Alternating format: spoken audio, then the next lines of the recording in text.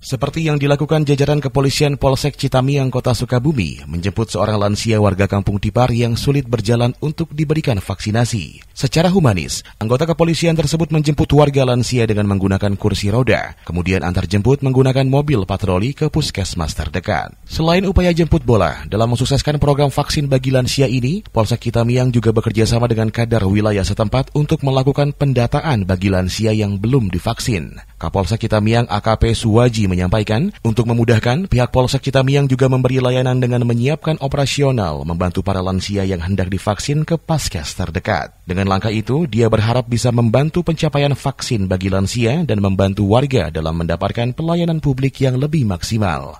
Kegiatan tadi itu adalah pelaksanaan pencapaian vaksinasi lansia untuk di wilayah Sukabumi Kota, khususnya Polsek Citamiang.